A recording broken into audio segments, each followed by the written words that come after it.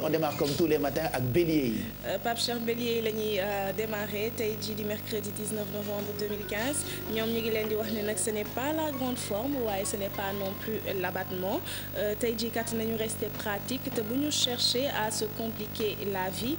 tey jii dinañ mën a acquitter wu d'une obligation contraignante boo xamante ne dinañ ko def sans trop de difficultés te dina doon loo xamante ne dina bett seen entourage. Gémeaux yi taureaux yi plutôt nee nañ leen tey jii nag pour être en pleine forme ñoom dañoo soxla de nouvelles énergies nañu topp nag seen inspiration tey jii bu baax a baax nañ ko bàyyi mu guider leen vers de nouvelles aventures.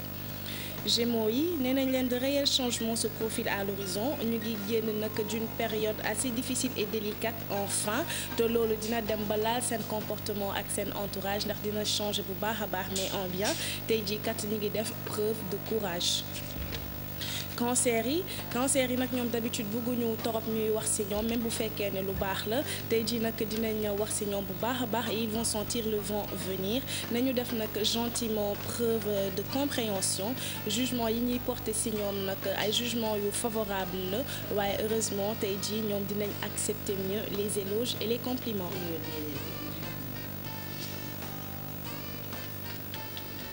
Pape Cheikh Lion yi nee nañ leen le moral est bon waaye nañu fexe préserver moral boobu en reprenant confiance en eux nañu éviter nag soigneusement lépp loo xamante ne mën na provoquer rek ay doute ñuy douter ci seen bopp la réussite est au bout du chemin. Vierge yi nee nañ leen tey jii kat suñu moytuwul dinañ am un emploi du temps bu xaw a serré entre ay rendez-vous sentimentaux ak des contraintes difficiles yoo xamante ne war nañ ko respecter waaye ak nu mu mënti demee nañu fexe rek ba noppal seen bopp ndax jamono ji dañoo soxla dallu. Balance yi nag ñoom ñu ngi gis ne tey jii terrain bi kat suñ fa duggee ndam lañ fay jëlee ndam rek lañ fay am et les événements nag ñu ngi leen di jox raison cela vous réussit et vous en félicitez tey jii kat topp leen seen instinct. Scorpion yi ñoom nee nañ leen di ngeen dund tey ji une situation assez inhabituelle waaye heureusement nag di ngeen ci génn ndax di ngeen mën a conduire avec habileté une nouvelle chance de convaincre na tey ji dinañ leen ko may waaye bu leen ko jël à la légère ndax su ngeen ko defee rek bu ngeen moytuwul mu transformé wu en échec.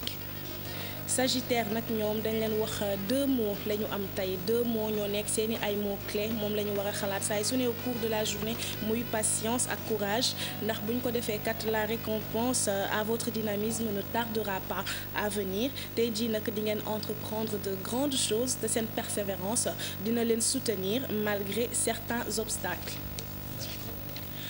Capricorne yi nee nañ leen ñoom nag en ce moment ils se permettent de goûter aux joies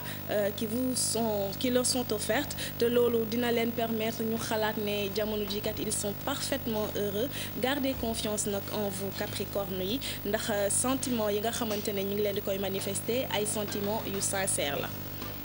Verseau yi nee nañ leen tey jii kat na ngeen ànd ak patience bu fekkee ne da ngeen bëgg atteindre but yi nga xamante ne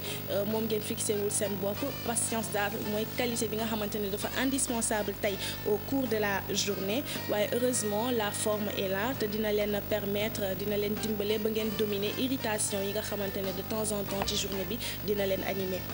pare ak poisson yi nag ñoom nee nañ leen il devient urgent jamono ji ñu élargir seen horizon de vie il convient nag de rechercher mais avec patience meilleure occasion yi nga xamante ne war nañ ko saisir